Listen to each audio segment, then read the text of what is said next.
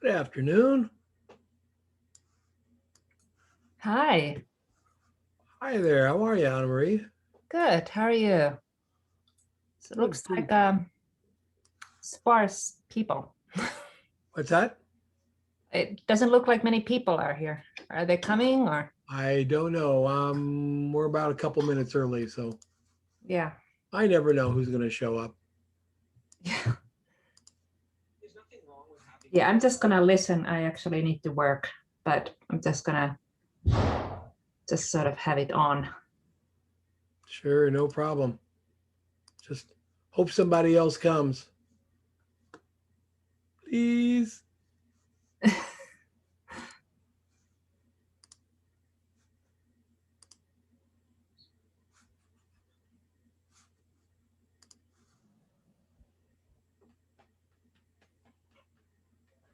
Yeah, after you put everything in there.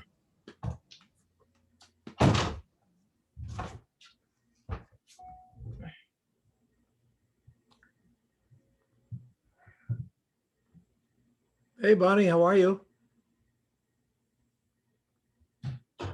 I'm good. If I could get myself off mute, how are you? Good. What's going on today? Not much going on here. Not much going on here either, Bonnie. Well, that could be a very good thing, you know. Sometimes when there's too much going on, it's the wrong kind of stuff. Yes. Well, I was going to be over in Silver City today. Oh, That was my goal. My wife and I were going to go over and uh, be in New Mexico and get out of the heat, but it's not any cooler over there practically than it is. Well, it's like 98 degrees there today, and it's 108 degrees here. I'm not going to drive 5 hours to go down 10 degrees. So no. Yeah, and put the kibosh on also that. also in heat. So it's like 5 hours in those temperatures is just not Yeah, fun. yeah. Last week it was in the mid 70s there. And the week that we booked the Wow. hotel room, it goes up to the 80s, yeah, high 90s, and probably 100 at some point this weekend. So, hoping this thing breaks. We don't have a cloud in the sky. What happened to the monsoons?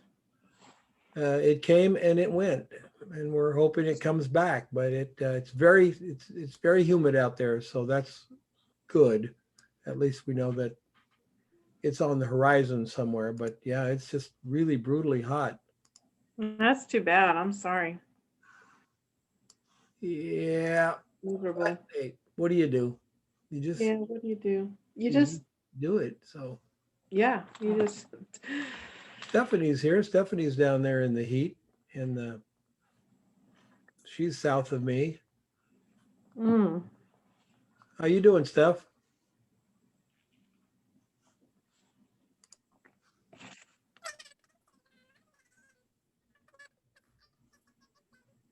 Can't hear you if you're talking. You don't have any audio. Darn microphone again, Steph. Mark, what are you up to, buddy? I'm on my way to the house to pack up a few things. We got open studio tonight, so got to get ready for that. What is Have that? a First Friday or something? yeah, well, second Friday of the month we have an open studio at the big building that my main studio is in. My show that I had going on at the tavern for the month finished up. I just got that stuff back today, and I'm gonna hang up all the stuff for tonight. And then Stephanie bought that purple rose painting, so I'm gonna send that out to her in the morning. So Excellent. yep, and I had a call yesterday. Actually, Facebook, a friend of mine posted that. Does anybody know a photographer? I need some headshots updated, and it's not somebody that I actually know. I know them from the artist group, so I commented. I'm like, I do, and I gave her the link to my portfolio page. So she booked something with me for next Friday and Saturday. We're actually going to do a couple days, so we have time. We're going to do some studio stuff on Friday and then some outside stuff on Saturday. Well, that's So great, man. That's really great. Yep, good on the price, and she's already paid the deposit, so I don't have to worry about her flaking. You know, if they're willing to pay the deposit, they're going to show up. Well, Usually. yeah, and if they don't, then Yep. they don't. So, Yep. Steph, how are you doing?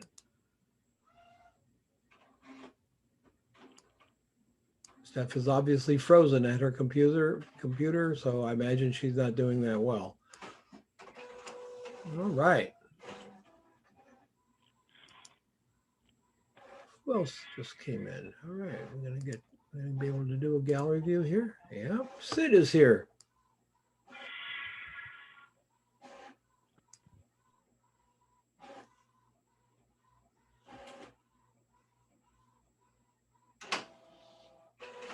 Sid is connecting to audio.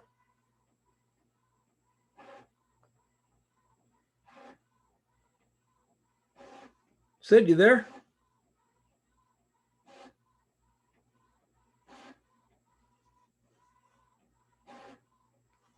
Just seems to be a bad Zoom day. I've been having a lot of trouble with just computer stuff in general. Yeah. Steph, did your Internet. mic working yet? Can you Yep. hear me? Yep. Oh, yeah. Okay. There you I are. was just saying that we had 2.5 inches on one day of rain a couple days ago, and it opened up earth fissures, and so the highways shut down, and one of the other roads might be shut down. Which highway shut down? 191. Really? Well, that was fascinating. I saw those fissures that Mark described on the way out last time when I was leaving. Mhm. How deep are those things? Hundreds of feet? Well, the one here, I think, in the highway, I think they said like they looked down. I don't know. Yeah, you couldn't see the bottom of it. I was gonna say 30 feet or something. You couldn't see the bottom of it. And the one Man. spot they put in 50 yards of concrete, and it just disappeared, gone. So I don't know what they're gonna do. And the one that Mark showed you, it's cracked on both sides of that road. They're leaving.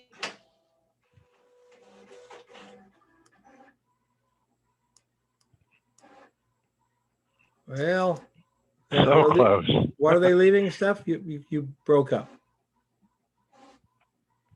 Oh, that's not working for Steph. She's just not having a good internet day. And I don't know. Sid, did you finally get on? You did. Hey. Howdy do. What's happening? Happy Friday. Happy Friday to you. Yeah, we're having some internet problems. Stephanie can't keep connected, and someone else was having a problem as well. I haven't gotten any warnings yet. How are you doing, Sid? I'm good. I'm hanging in there. We got whatever the remnants of that tropical storm from Florida, so it's been pouring out last couple of days. Yeah. I've heard that Texas is one of our students is in North Texas, up near the Panhandle. And she said it's literally been raining since Monday, and she's not exaggerating. That's not hard hyperbole. It has been raining since Monday. Mm-hmm. Wow. That's a lot of rain. Yeah.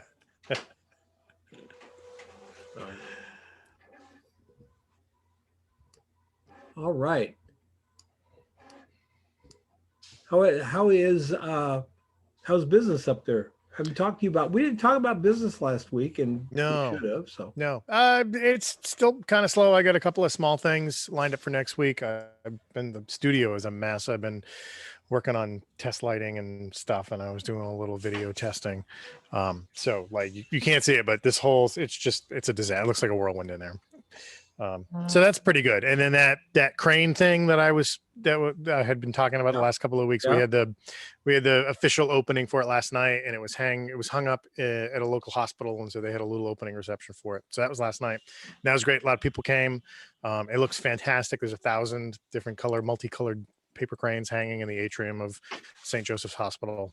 So that looks pretty badass. that sounds cool. Yeah. Just a good little community project to get people involved, and it's nice. I should check in with Sophie. We haven't seen Sophie for a few weeks. Sophie's here. Hi, Hi, yeah, Sophie, well, how are you? I'm good, thank you. It's I just came back from a picnic on the beach. The thing is, it's the evening for me, so evening Friday night now. And now we're allowed to get out, so I must confess that I have started socializing and seeing people again There you go. and doing things that we normally do in the summer. Good. So, That's and therefore, wonderful. I'm not around on Friday nights for the talk. But Well, yes, I totally get that. I think a lot of us are looking forward to getting back to quote normal. I think all that talk, and I believe that I'm on video of saying it way back when they said, well, this is the new normal. And I said, yeah, I don't think so. Mm. It's not how people work. People, you know, an interesting thing that James Altucher mentions in his new book is that you can look at 50, 150, 150,000 and millions in our progress as humanity way early in humanity, just, Cro-Magnon and all that kind of stuff. There were no social units. There were families, male, female, siblings, children. There were families. When they got up to about 50 people in the family, that was like the ideal unit for that time, because they would have hunters and they would have people cook the food. It became very ideal. When they got up to about 150, a new thing was introduced into humanity called gossip. In other words, and not necessarily negative, but Bob and Joe would get together and decide that Eric should lead the pack for hunters, because before that, just whoever went out the door first led the pack, right? So people started saying, well, you're a good cook and you're a good leader and you're a good whatever. Then you get to 150,000 and you have tribes within tribes. Now, interesting, at the beginning of humanity was monogamous. When we got to about 150 in the unit, it became what do you call it when you have more than one wife? polygamy? Polygamous. Polygamous. Because- Insanity. What's that? I said insanity. There's that as well. So because there were now men who had been chosen for status, and the man who had status had a bigger hut. He had a bigger portion of the food. So it went to polygamy. Then when it got to 150,000, then there was not that much difference, and we went back to monogamy. And it's from a book called Sapiens, which is just a fascinating read. It's a hard read. I don't know if you guys ever do it, but if it's a hard read, I read it in chunks. I'll read I read it. 4 It's chapters and I fantastic. put it down. Really, Yeah. really great. Who is that? That's Anna-Marie. Yeah. It's a great book. Yeah. It's really, really an interesting way of looking at the world. And by the way, Sid, I've got that new group going over at the Mighty Networks thing. But You're certainly welcome to join that. what is that? All of you guys are welcome to. Mighty Networks, let me share it with you. It's kind of a Facebook without the social media aspects of it. In Mhm. other words, nobody can just, if I don't invite you, there's no, find this group on whatever. So let me share the screen here. So it's like a private community. Yeah, it's kind of it's public. Somebody can join it if they stumble across it. But because it's this kind of community, there's no ads. Mm-hmm. There's no trolls. There's no tracking. All of that stuff. So if you look something up on this group, you don't suddenly get hit with ads. And by the way, my wife came into my office on Tuesday, and we were talking about going to Silver City. Now I had booked a a place in Flagstaff, and she came in Sunday, and said, let's go to Silver City. And she was standing here talking to me with my computers. Mhm. Came back after lunch. I opened up my computer. Guess what the first ad was on Facebook? Yep. So I'm thinking, so Facebook's listening even though I don't have my microphone on? The hell's with that?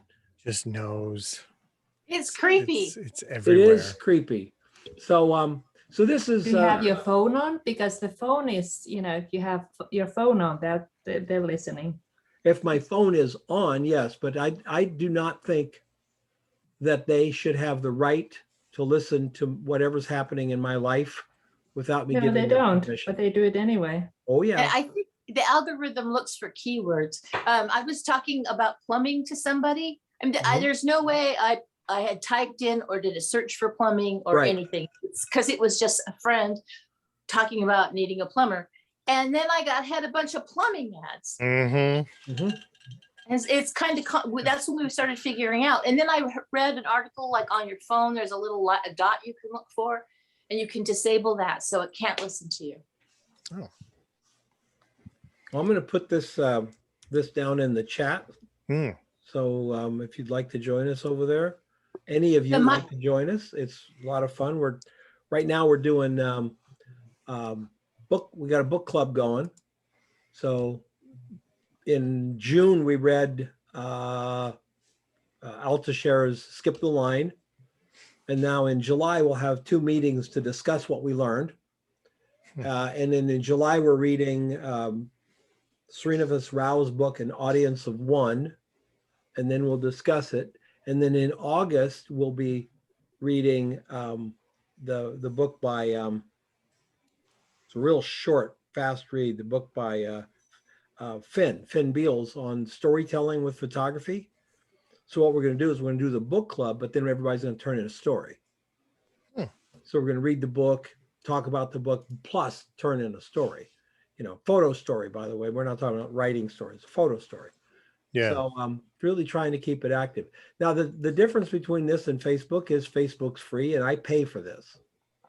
Okay. I'm paying $250 a year for this site so that I can have people come over to my house essentially without being spied upon or Right. Being trolls advertised to. And yeah, and you don't get any trolls over here. It's trolls they seek the easiest ground. That's why YouTube is so troll laden, because if you see the view of YouTube, the very first thing below the YouTube is comment here. Yep. If you had to click to something and go over here to comment, you'd get half the trolls doing it because they won't do it. Yep. So it's been. I take a class on the Mighty Networks just, it's kind of like crafty stuff and photography, but I've learned a lot. Like bookmaking was the class last week. And it's just random things that I think, random things I stick in my brain so that I think that I'll use them later, which I do. So is this a class you pay for? Yeah, it's kind of like a year-long subscription. It's a woman who used to be a painter, and then now she does photography for gift cards, and her works in magazines. And so she just, whatever random project she's thinking about or doing, she teaches. So she'll teach Lightroom and Photoshop how to do layouts for all kinds of things, things that she's done. And I just find it helpful. It's very womanish though.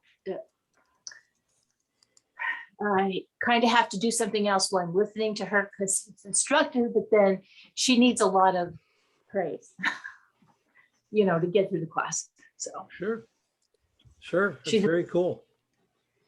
It's very cool. One of the things that Altushare talks about in his book is multiple channels. We always, and I've written about it as well, multiple channels of income. And photographers need multiple channels of income. Most millionaires have 7 channels of income.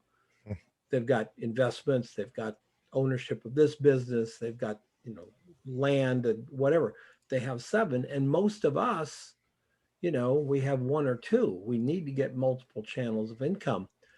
I would imagine that everybody here could teach a class on something.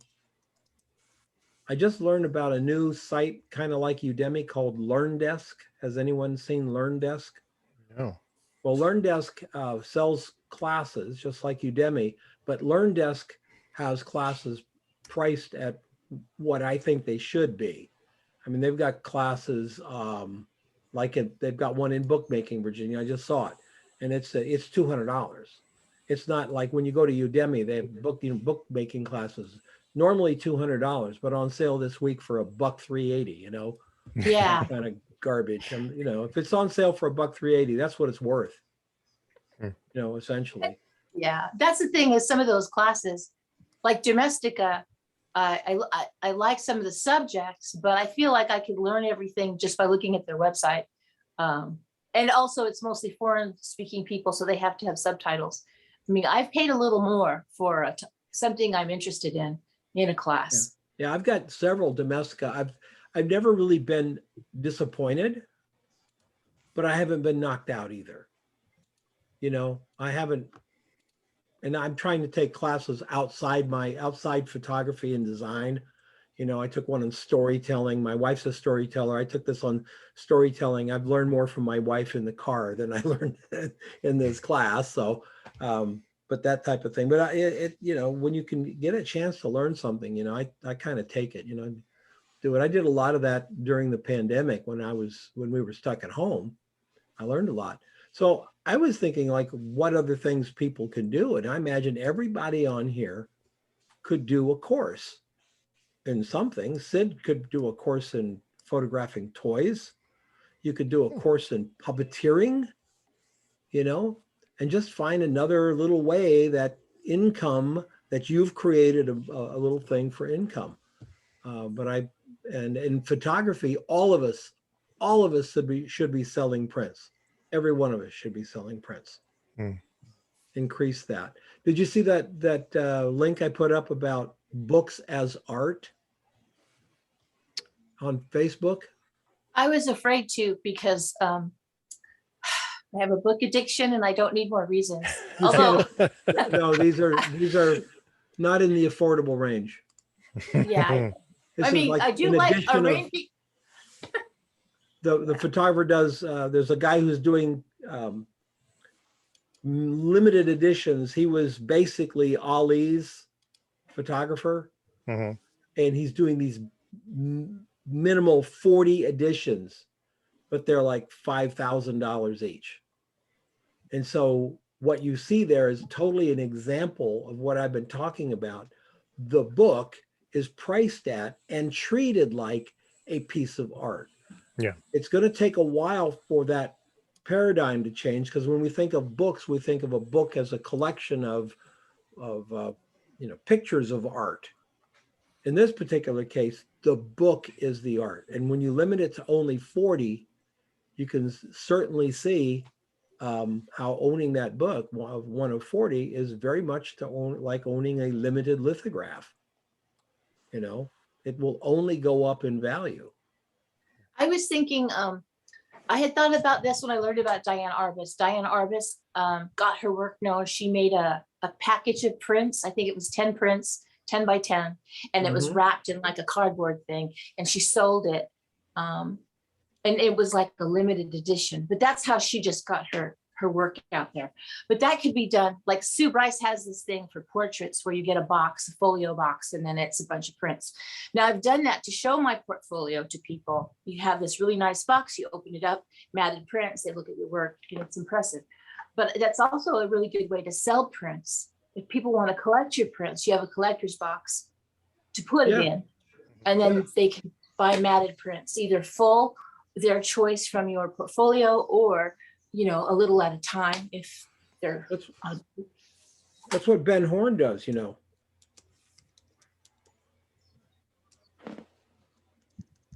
I could spell his name, it would even be better. Ben every year goes out into the.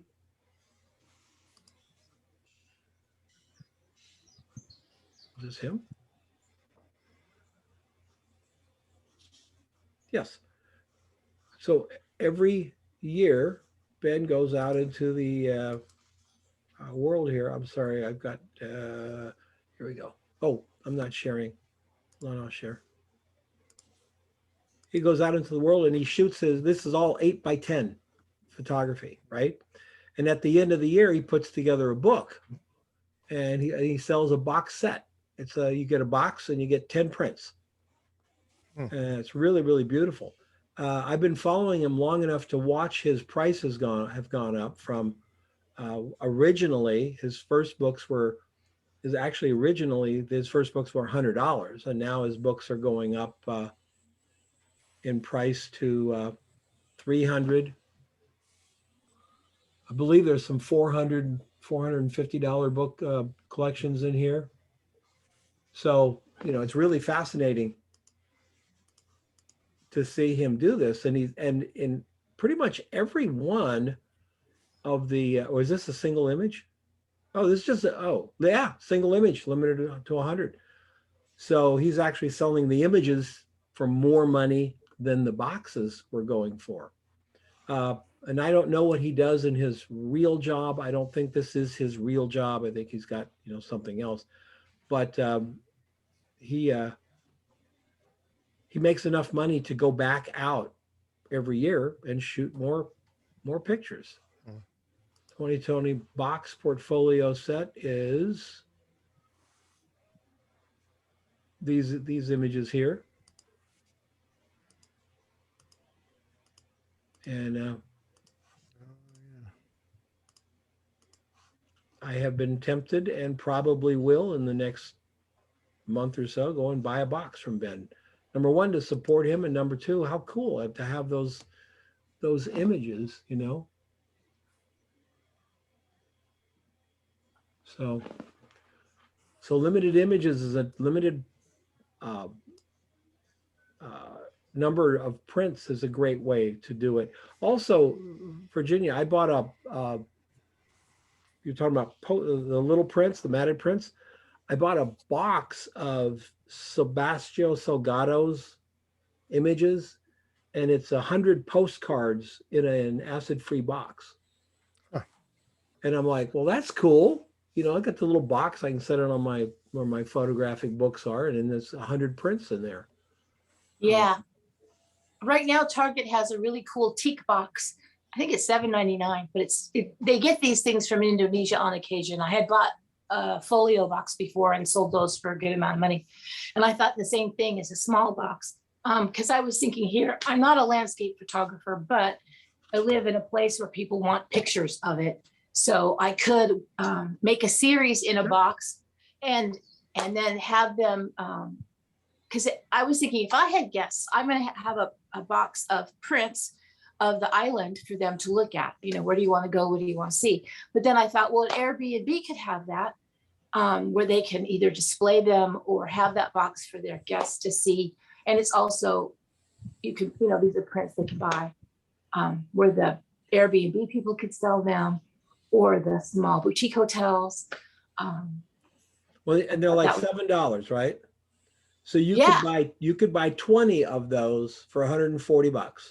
Yeah. And then you could offer 10 5x7 prints in the box. Yeah, because that's what it holds is 5x7. It's a 6x9 box. Yep. So it's just the print. Yep. Put them in the box. They buy that. They get that. They get a little book, a little card from you saying what the images are. The fact that it's a limited edition, the whole bit. They get a limited edition card in there that's saying what it is. And you could easily, I would imagine, be in the $150, $200 range on that stuff. Even if you sold it for $50 on your website, which would be probably doubling your money by the time you had postage, you got to make the prints and all that stuff, doubling your money. That's still more than you would make if you sold it at Target as a standalone. Yeah. You would you'd only get about 19 to 25% of that, of whatever it sold for. So you're still ahead. And if it's in a gallery, you only get 30 to 40% if they sell your gallery piece. So if you see a What- piece of art in a gallery that's $100,000, the artist is only getting about 30. So, you know, you're still doing better if you even. I bought that book from Scott Tepfer, and I paid $25 for the book. It's just a little blurb magazine book, right? It's funny, but it's fun. But he only made 50 of them. There's only 50 of them. I paid $25 for it, so it's kind of cool to have it. But you know, he still made more money than if he'd gone through a publisher and sold the damn thing on Amazon. Right. So Yeah, I could probably sell just to the people I've met over the years that have Sure. asked, because everybody's been to Maui or Oahu, maybe Kauai, but no one really has been to the Big Island or really seen. And it's a pretty rough and wild. It's, you know, the most active volcanoes are on this island. It's different. It's very unique. cool. Cool. Are you doing mostly consumer stuff now, Virginia? But right now I'm doing nothing. But Oh, but okay. actually, I like doing a mix because I get bored of just one thing. I put a post up about the agency, and somebody that I know on another island said, "Hey, Virginia, I need headshots." She's a high-end massage therapist. Right. So I just talked to her last night. We worked out a deal where it's partly trade, partly money, and that way. So I'm flying over in August, and then I'm going to stay with her. We're going to get massages. She gives the best massages. And then I'm going to do her branding shots. And then she's a real good one that could get me clients like that, because I like the idea of branding. I've done that before and I really like it because it's almost personal with small business, but it's also, and that's one of my skills, is helping people with the business, seeing where their weaknesses are, where they can fill in and in their marketing and that kind of thing. So I was asking because I know like wedding photographers do the albums and stuff, and I thought you were mostly doing consumer stuff now. So one of those little boxes, and as an add-on, like a box with the prints, so that way they have prints that are nice and safe. You could probably upsell the hell out of that. oh yeah, I used to do boxes, but I won't do weddings anymore. Because No, not weddings, just like, you know. Oh yeah, Just- because I've been doing Sue Bryce's model for portraits, and I have my studios being set up, the one I'm working on. It's kind of like both, like, so this right here is my food photography props. In this, it's like a separate room. And then I have two lifestyle setups, so I can do personal branding with a lifestyle look, like, you know, it's a really cool background. So like, this is like a hipster kind of bamboo tropical thing. And then in the other room, I have another setup. Plus I can do food photography and portraits, the Sue Bryce model of portraits. I'd like to be able to do that because, you know, Hawaiians, everybody does pictures on the beach, but there really isn't that many studio photographers. And I've talked to a lot of people that get excited about that, but I want to be extremely high end and expensive. I figure I'm here new, right from the get-go, I can just, you know. Yeah, I probably have told this story before, but I met a photographer from some little burg inland from around Escondido, California, a little north of Escondido, but in from the coast. You know, just tract houses, you know, upper middle class houses. And I asked him what he's getting for. He wanted to go from consumer to commercial. He wanted to add commercial. I said, what are you getting now for a sitting? He says, I do about 3 sittings a week is my average.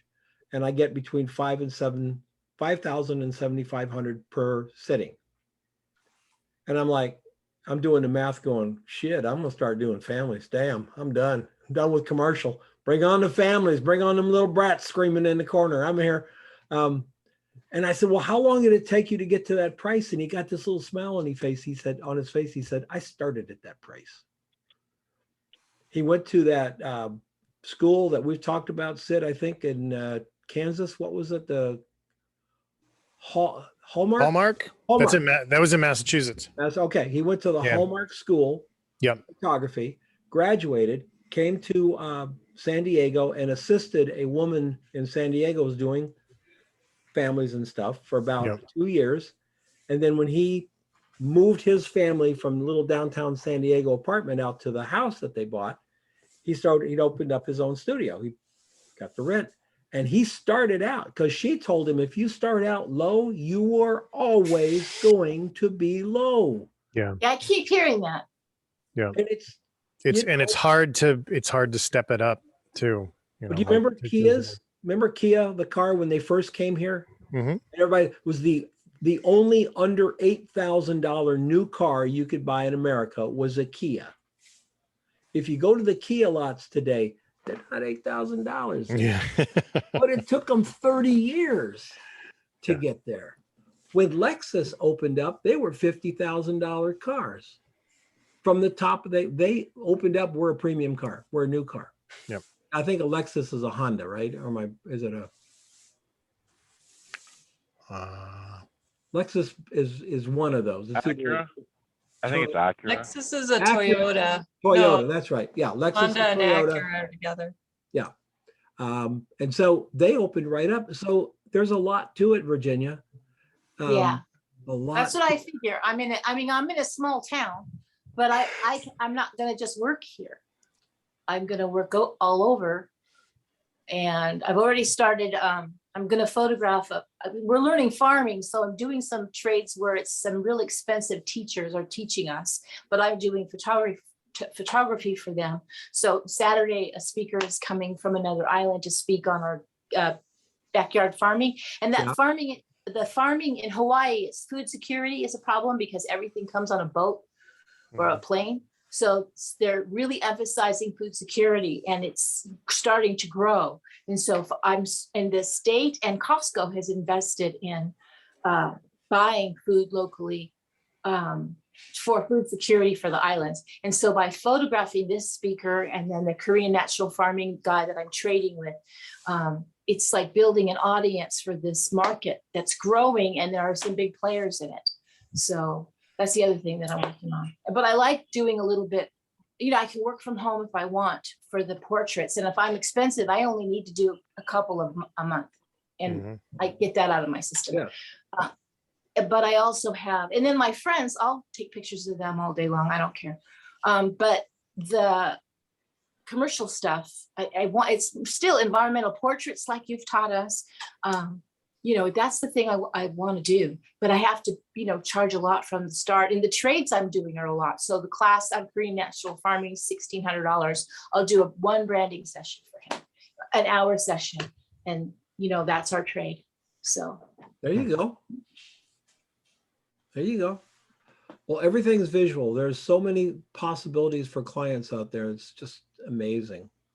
But the people trying to get those clients are very noisy, and there's a lot of people. There's a lot of people selling digital agency stuff. Every young person who graduated from college with a hefty loan and no skills at all has become a communications expert, and they're running a digital agency. They know Instagram like the back of their hand. I don't know if that really helps a company or not. I think a company has got to look at more than just an Instagram for it. Although I do know that there are some businesses being totally run on Instagram. Those folks need a lot of pictures. They need a lot of pictures. Whether they can afford them or not, I don't know. But doing trades like that, Virginia, I shot, there's a restaurant here in the States called Noodles. And I'll just put them in the things. Put them in the microwave. Nice. Noodles. And I shot them, and I got, 75% of my fee paid. And then they said, well, we'll treat you and your family to dinner anytime you want, no limit. So they gave me a pass for a year. And of course, realizing that there's only so many noodles you can eat. So it was really fun the first couple of weeks. And then it was like, no, Dad, we don't want to go to the noodle place. And I'm just sick of noodles. We want to eat every damn noodle we can. Too bad So that you wasn't need to do that. tacos. I was gonna say that you need that with a taco place. Yeah. Yes. Now that would be different. That would be far different. That's like 25% of the fee in cash and the free tacos. Yes. Yeah. Man, if I could find a good taco place in the stinking island, I would photograph them all the time just because, you need pictures for tacos. I take pictures. 'Cause Find a there's- restaurant, Virginia, find a restaurant who would pay you to have you show them how to make the most killer tacos there and say, look, you don't have to pay me if this doesn't work for you. But if it works for you, then I want a percentage or Endless tacos. and endless. Seriously, it's hard Endless. to go. It's hard to go. I had some girl in Oklahoma telling me that I don't know Mexican food. And it's like, are you kidding me? Well, if you go up to Maine and have Mexican food, they give you spicy ketchup for salsa. Yeah, I made some salsa. We had the kids, my grandkids had their first play date in person, and the parents came over and we made them Mexican food, and I made a homemade salsa that's super easy. And they were so impressed. It's like, why can't we get this anywhere? It's just funny because my Mexican food is not great, but it's family food, but it's better than any place I've tried Sure. so far. Well, that model that I just explained to you, that's how Colonel Sanders started his chicken business. Huh. He went to 1,000 restaurants that turned him down. And all of a sudden, this one over here on Tempe, on Apache Boulevard in Tempe, said, yeah, okay, we like the chicken. It tastes really good. Yeah, we'll do that. If it works, they'll look at the last month's chicken sales, this month's chicken sales, and we'll give you a percentage of the difference. And then that one did it, and then 5 more did it, 5 more did it, 25 more did it, et cetera, until he was making enough money, started his own. So, if you believe in it, and I would do that, I would show somebody how to make. I make a pretty good taco. I do make a pretty good taco. I make a pretty good enchilada too, because I got these little extra things I put in the enchilada. I'd show somebody how to do it for free if they would pay me the difference. Of course, everybody lies these days, so they'd say, well, I didn't see any difference in sales. But in the agency, we did jobs. Have you ever done a job on, I know the people talk about working on spec, where people ask you to work on spec. I'm asking, have you ever done a job, Sid, where you proposed spec to them? I don't think so. Yeah, we did that in the agency, and I've done that as a photographer since then. I said, look, you need good photography. I'm willing to do 5 shots for you. If they move the needle, you hire me. If they don't move the needle, nothing ventured, nothing. I think you could still keep those 5 images. Yeah. And on every single time I've ever done it, and probably only a handful, maybe 6 or 7 times, every single time I did it, and every single time we did it at the agency, we got the customer. Every single time. And they would say, well, you had skin in the game. Right. I said, if when you're out looking for an ad agency, the ad agency can, knock you over with, whiz bang bullshit presentations. And if you give them the business, they got your money. Whether that really works or not, doesn't matter. You've got a 2-year contract with them, for instance. So they're going to make money from you for 2 years, whether the ads work or not. Right. At the end of 2 years, you can negotiate another ad agency. But we had skin in the game, and that made it really different. That's how I got the farm work in Hemet. I did the farmer's market. I would take pictures there. I took my best shots and said, if you use me, I think she organized an event for all the farmers, and then I got the bigger contract to do the annual report book, just from doing some free pictures on spec with the farmer's market, with the owner. And then she's the one who introduced me to the bigger growers, the people that used to sell some of their stuff there, and then got contracts with the markets. It's like seeing it's like just like this, I can see a growing industry. Well, things were growing in Hemet, and I just jumped in on that, but it was all starting. Let me shoot some stuff for free. If you like it, organize something. And then as the farmers business grew, I could grow with them and the work get paid more. That's cool. There's all kinds of ways to get business. All kinds. We have to stop as an industry. Photographers have to stop doing things the way we did them in 1980. It doesn't work anymore. Got to get out and find new ways. So much work to be done. Teresa, I was hoping Teresa would join us today, but Teresa is just swamped. And she gets most of her work from around, right around her neighborhood. And I can't imagine what will happen if she expands her marketing beyond that, because she lives in a town where people live above their businesses. So she lives on a street where it's all businesses, and there's bakeries that hire her, and a shoe company that hires her, and a jeweler that hires her, and a kid's clothing store that hires her. And that's all right there. I mean, within walking distance of her home. That's a lot of work. Yeah.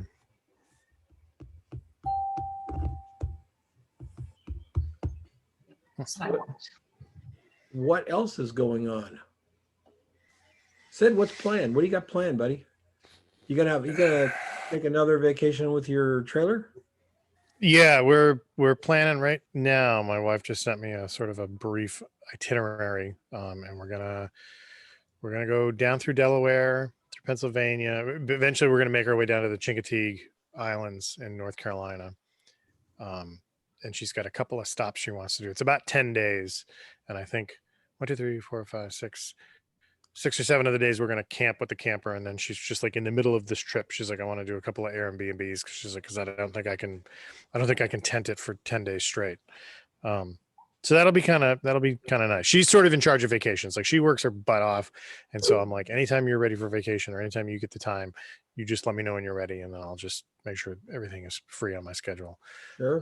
So other than that, I got to start drumming up some business. It's been really quiet and getting a little nervous. So yeah. Get that drum out, buddy. Yeah, I know. Yeah. Yeah. Direct mail, email. Altashare interviewed a guy. Stephanie may remember who it was, and I can't remember. He's a big time podcaster. He has a method for his whole thing is communication, networks. He says, go back into your email. This is something all of us can do. Go into your email, go back about 5 or 6 years. And when you see a name from somebody that you haven't heard from in a while, yeah, reach send out. an email. Yep. Not a sales letter. Yep. Because what's the first thing we think about when we get an email from someone we haven't heard from? Yeah. In a while? What do they want? Multi-level marketing. Hey, Yep. I was gonna how's it say going, Amway. Virginia? We should connect sometime. By the way, you ever thought about being an Amway salesman or something like that? So you make sure that you're not doing it. And what he says is, there's no hurry to responding to this email. I just wanted to check in and see how you're doing. And if you say there's no hurry, then they know it's not Amway, because Amway's all, or any of the other handful of those things that are out there. Yep. If there's no time limit, then it's not sales. Yeah. Keep connections. Yeah. What I had been doing during last year during COVID was I was just doing these little videos, and it wasn't to promote work. It was just to include them in what's been going on. Like, Yeah. here's a recent record album cover that I helped a musician make, and here's an event that's going on, and just to keep them so they feel like they're being included, but they're not being sold at. And that, that's good. And it's just anybody that's ever cut me a check for a gig, like they're on this little MailChimp list, and I make a private video that, you can't see from YouTube unless you've got the link, and Right. they go to it. And I got some, like just genuine responses from that. Just like, oh, it's, thanks for checking in. And it's good to hear that you're okay, and blah, blah, blah, blah, blah. So yeah, just keep in touch with people. Yeah. And you never know where that's going to lead. They Yeah. may have forgotten about you, or they may have misplaced your email. Yep. And been wondering, how to get a hold of you. But it's pretty interesting what can be done. I did it for 2 weeks and I got a gig. I had to turn it down. I sent it to another photographer, but you know, I'm not doing that kind of work anymore. But I was like, wow, that's pretty powerful. You know, just one a day, just one a day. All you have to do. It's an easy little tiny bite you can bite off, Baby and steps. do it and feel good about getting something done. And it also has great payoffs, even if you don't get a job, but you reconnect with somebody and they go, hey, how are you doing and stuff. So, you know, in this business, our network is our lifeline. It really is. Our network is our net worth, because the more people you know and support you and think you're great and all that stuff, and you support them and think they're great, the more that network spreads, the more opportunities you have. And Stephanie, do you have that quote you read that you cut out and stuck on the Mighty Networks thing? Do you have that quote available? Well, I think Jordan Harbinger in the 6-Minute Marketing is the one that you just mentioned. I think you're absolutely Yeah. right. Jordan Harvey, he's a huge podcaster. Yeah. Got millions of people listening to this podcast. I think the gist, if you're talking about the one I pasted yesterday, is that creating value creates opportunities. You know, if you work at creating value, the opportunities will come. Yeah. The more valuable you become, the more helpful you become to all the people around you, the more opportunities are going to show up at your door. Yeah. What was it? I don't remember the inventor. He said, the harder I work, the luckier I get. Yeah. You know? Amazing how that works. Yeah. Yeah. So if you're not networking, you should be. And each and every way you do it, I don't know if there's even a wrong way to do it. I would never go to a network meeting. Have you guys ever gone to one of those like Tuesday morning mixer in town? Oh man, that's brutal. I mean, really brutal. Sophie, you would have Only the co-working space. yeah. Okay, yeah. I did that quite some years ago, not for photography. I went to those things. Well, in France, it's an apéro at night, but it's, you know, we network around alcohol. But but I did it, and it was to do with my, when I started out as a therapist, it was just, I actually used it just to learn how to introduce myself and be okay with it. So I went in and it was like, give a card and say, hi, my name is Sophie, I do this and that. And after I've done it 100 times, I didn't care anymore. And because I was with all these business people, they were, you know, they're either condescending or like what, you know, because obviously also my business was different, but it was really good for me to just learn to say, yeah, this is me and this is what I do.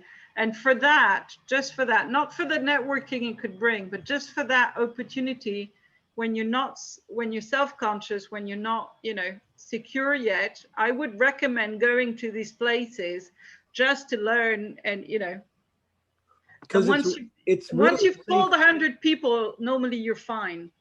Yeah, and it's a safe space. Yeah, exactly. Because you don't know those people. If they think you're a schmuck, to help them. I don't care. Exactly. So I think And they're for that, feeling anxious too. What's that?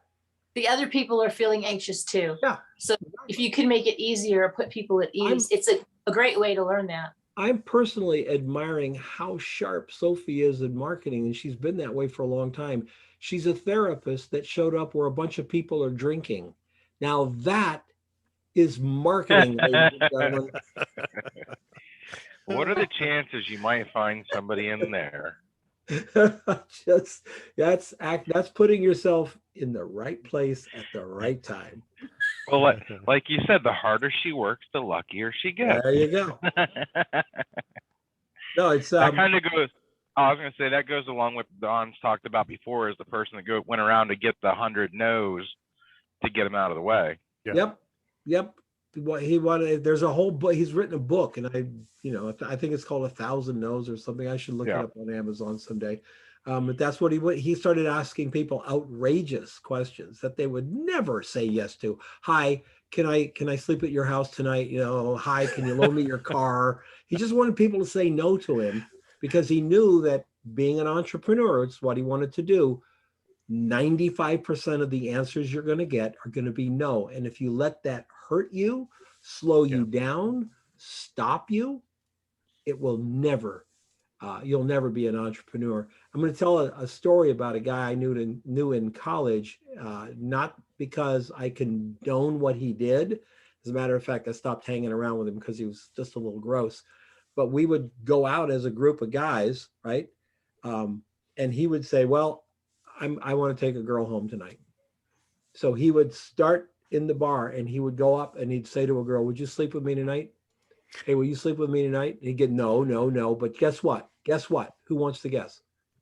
It works. He never left alone. Absolutely. Never, ever left alone. That is gross, but Yep. I have seen those people. Yeah, but it shows you that he knew at that young age that it's a numbers game. That literally almost everything we do on this planet's a numbers game. If you look for enough people to hire you to do commercial work, you will find them. It's like if you're out 3 contacts a day, like some bozo says all the time, if you're out doing 3 contacts a day, you will get a gig. You will. Whether you can handle it or not, I don't know. I'm not going to go there or whatever, but you can get a gig. Even if you had no experience as a photographer and a crappy portfolio, I could guarantee you if you did it every day, by the end of a week, you'd get a gig.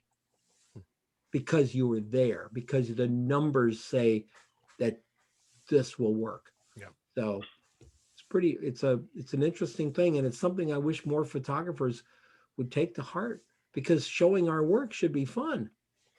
It should be like, we live to do this. Hey, you want to see my pictures? My dad's just me.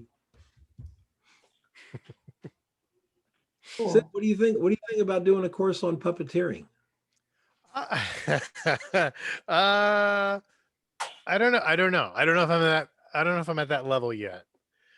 I'm still kind of a novice when it comes to that sort of stuff. That's really funny. I don't know. You know what I would tell you if I was mentoring you? I could have a puppet teacher course. A what? That would be cool.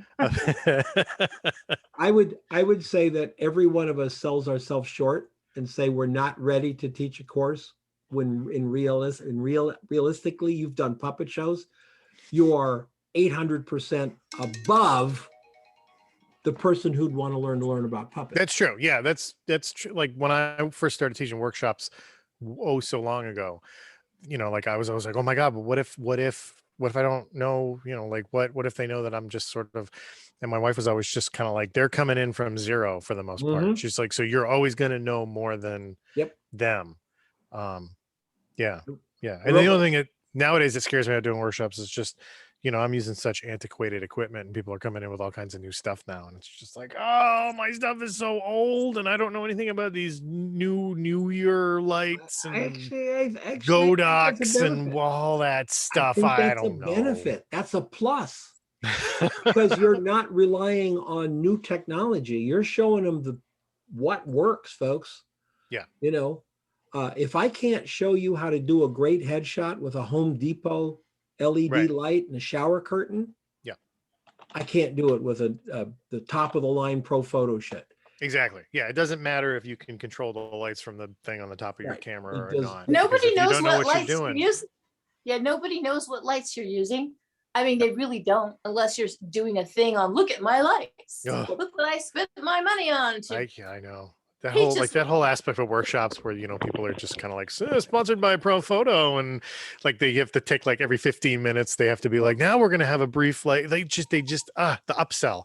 I hate the upsell when it comes to workshops. I Pro Photo wanted I don't even watch to sponsor me, but I just couldn't figure out how I'd make the transition from that 30-minute spiel of like, if you're a real photographer, Pro Photo is your gear of choice, right?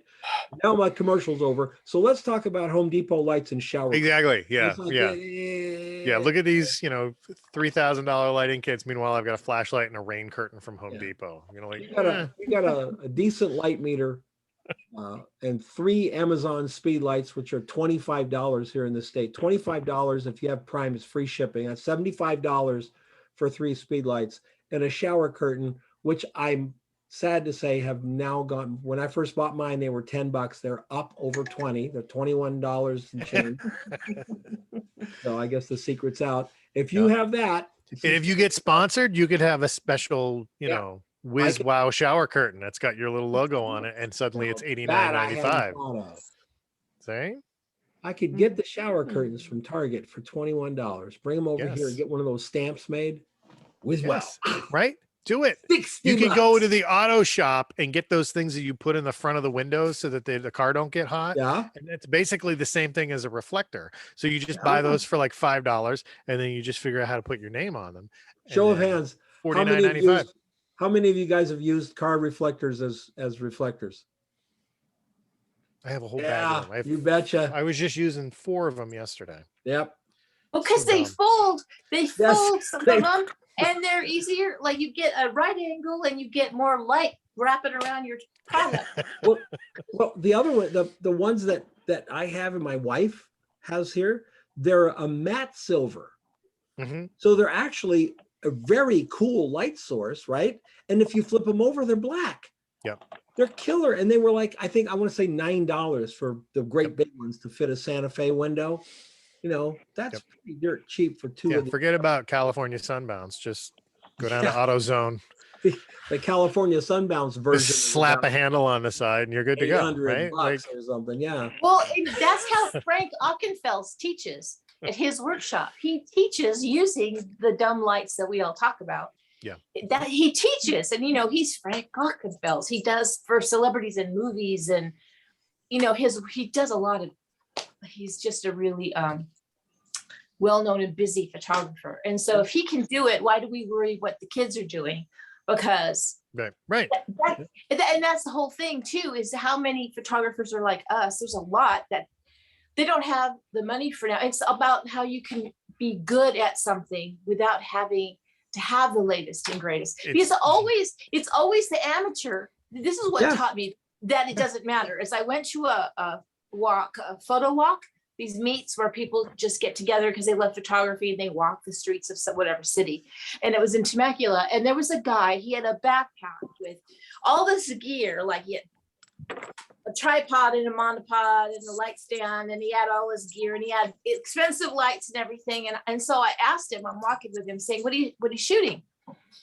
I was shooting any, people, street photography, meeting people saying, hey, can I take your picture? It was a car show. So we were getting that. And he said, oh, I like to photograph trees. He has like $20,000 of gear on his back. And he's photographing like we're in the city. So it's just trees people planted, for landscaping, You gotta have it. You gotta look the part. he was photographing trees. And so I asked, well, what do you do? And he said, well, I just like to take pictures of them. And I said, do you sell your work or do you print? And he didn't print it. He just took pictures, and he liked being, he was just an amateur photographer who had spent $20,000 a year. Yeah, he just has all this shit on his back so that he can. Yeah, and those are the people who care about the gear. They'll watch a workshop and buy all the gear, Yes. but they're not learning the lesson. And you want the people that want to learn the lesson to pay you, not the people that are going to buy the gear. Yeah. Yeah. Yeah. You I was watching a tutorial where the guy that we probably all know, I know that we do, he put some cosmetics on the end of the acrylic rod and glued it together. And he's showing how to do the lighting and everything. And he uses a bronze color light that's got, I don't even know what it is, where you have the doors and you can like shape the light beam and it focuses it so you can make like a rectangle. And I looked up the price of that. It's bronze color. So like that's not really helpful for anybody because you're not shaping a Godox like that. Right. No, you're not. And if you went into probably 90% of the photo studios in the United States, you would not find brown color. No, they're just, the reason you buy bronze color is for when you need absolute color for multiple exposures. Remember the early, Sid remembers this, I know, the early phase backs, You'd have to make 3 exposures, the green, Yeah. blue, and the red exposure.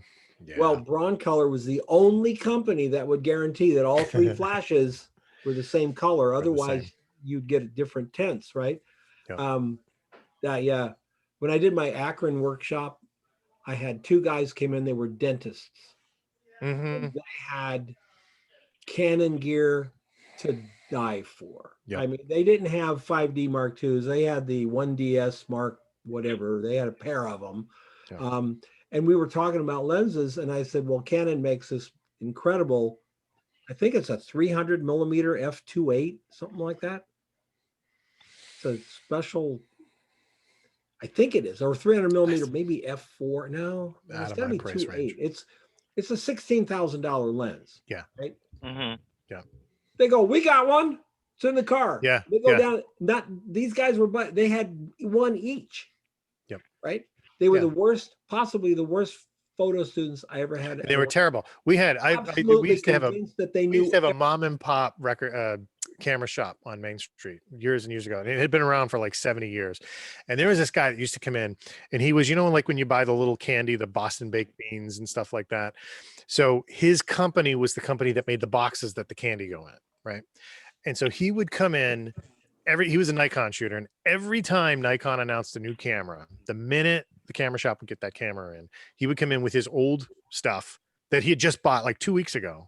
And he would be like, okay, I need to put this on consignment and sell this so that I can get this new camera body. And it was amazing. The like repetition cycle that he would go through, like every 3 weeks he was coming in, and then he would buy the camera. And then 2 weeks before he traded in, he would come in and he'd be like, okay, I don't really know how to turn this on. Can you show me how to do this? How do I set the aperture? How do I do that? And it was just, he was just in this nonstop cycle of like buying new stuff so quickly that he wasn't using it. And 2, when he finally got it in his hands, he didn't know what to do with it. Like he couldn't even turn the thing on. He didn't know how to adjust it. It was just, I'd never seen that level of just like pure, like, gear acquisition stuff. Like he was just like, oh my God, I got it. Yeah. And it was like the minute he would read about this new thing, he would come in and just plunk. And he just like, dude, you just paid $1,700 for this camera like 2 weeks ago. And he's just like, well, just sell it for like $850 and then just put that towards the new camera. And I'm like, what are you doing? Like, what is going on? But you want to be friends with that guy and always buy the camera at half price. That's what you want. Like, oh my God. You just wait for a month There's and you get the latest model. But he would fall victim to these people that were just kind of like, if you want to be a professional, you got to have this and you're going to have that. And it's just like, you know what? I know a guy with a 6.3 megapixel digital Rebel who is kicking our asses, making amazing work. And he doesn't need a studio full of shit. He's just got a car reflector and he's got, shit that he gets at Home Depot. And he doesn't have to be constrained by all the stuff that he has. If he just, it's just, people need to flex their brains more. They just need to, it's crazy. It's crazy. They need to get into the images. I had an email from a guy who was going to take Project 52. He didn't, and I'm so glad he didn't, but he was just this kind of thing. He had all the gear in the world. Is my Pro Photo 72-inch deep octa good enough for the class? Well, you paid 15 grand for it, so I think it'll work pretty good. All this stuff. And he's talking about this, and all I could think of is Sue Bryce, window, white card, beautiful photographs. Yeah. Not a room full of stuff. Just if you could take a beautiful photograph in front of a window, I could teach you how to do that in front of a Pro Photo. But there was a blogger, and I'm not going to mention his name because I'm not going to do it, but his whole blog was, well, I'm getting rid of my Nikon gear. I'm moving over to Sony. Oh yeah, a bunch of people are doing that nowadays. They're going from one, like, oh well, I'm getting rid of. I want to go. Who shoots with mirrorless, DSLRs anymore? I want to go mirrorless. Nobody shoots with DSLRs. Yep. That's it. It's weird, like the amount of people that have to justify what they get to everybody else. And really, like, who cares what camera you went and bought? It's like, but if you go, I think the reason why they're doing that is sponsorship. Well, sometimes, but it is the number one thing you'll see on YouTube. If you start Well, it's a watching lot of times it's photo people that videos- don't have sponsorships. Maybe they want them, but nobody ever asked, how many of us, if somebody said, oh, what camera did you take that picture with? Just the A other black photographers. one. It's just the other photographers that ask. Exactly. I just say, oh, it's a black one. And it has some Yeah. shiny silver stuff on it. It's like the amount of people that like you're off, outside doing a location thing, and it's the only people that approach you are the other photographers because they're like, oh my God, I gotta, and they just come running over, and all they want to do is talk about what they have. They're like, well, what are you using? Oh, why are you using that? Why aren't you shooting mirrorless? Why that? Like, why I have what? I don't know. Just back off, buddy. I love it when I take a great photo with my camera with great composition and everything's working, and somebody sees it and they're like, Oh, your wow, camera you takes must have a really yeah. great camera. I'm like, yeah, it's my phone. Yeah, that's Oh, I always look at them and then say right back to them, I do. the best.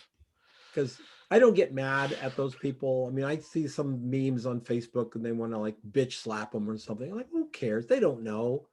They don't know. They've been fed a steady diet of camera, magazines, camera commercial hype. They don't know.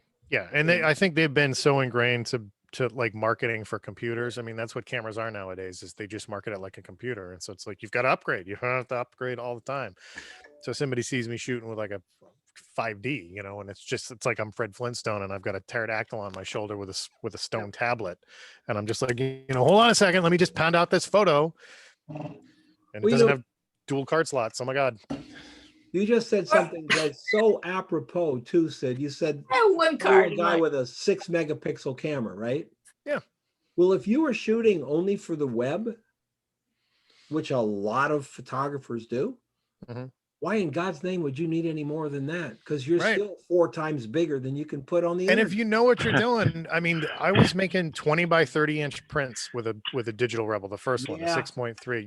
You can do it. You can push it, but it's totally, like I'll tell you, Squarespace, 1,200 or 1,500 pixels under 500K is what they tell you that you need to use for your website to run the best. Yep. Absolutely.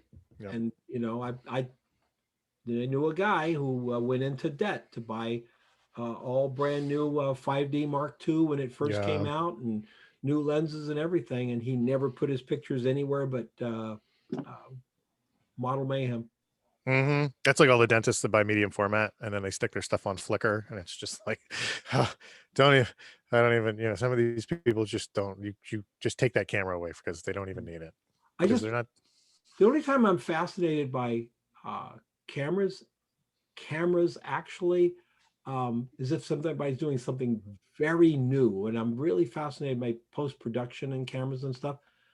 But if it's analog, I'm like, well, you're shooting film. What are you shooting in? Because it just brings back memories for me. Not that it matters to the photograph or not, but when someone talks about an old Yashica, I can just see it. I can hold it in my hand, that type of thing. So, well, anyway. Can't wait. Still have to wait months for my Yashica to come, but coming one day. Yashica. That's right. You got the Yashica Mat 124. Yeah. Yep. I'm excited. And it's all for, That's exciting. Plus the viewfinder is on top. So it's a really, and it does that backwards thing. So it's a really weird new way of looking at the world. And you know what's neat? Because it is, and what you said is absolutely true. The thing I love about that style of 2 1/4 camera is that you do look down. When we're up here with our camera, we've got this other eye open, right?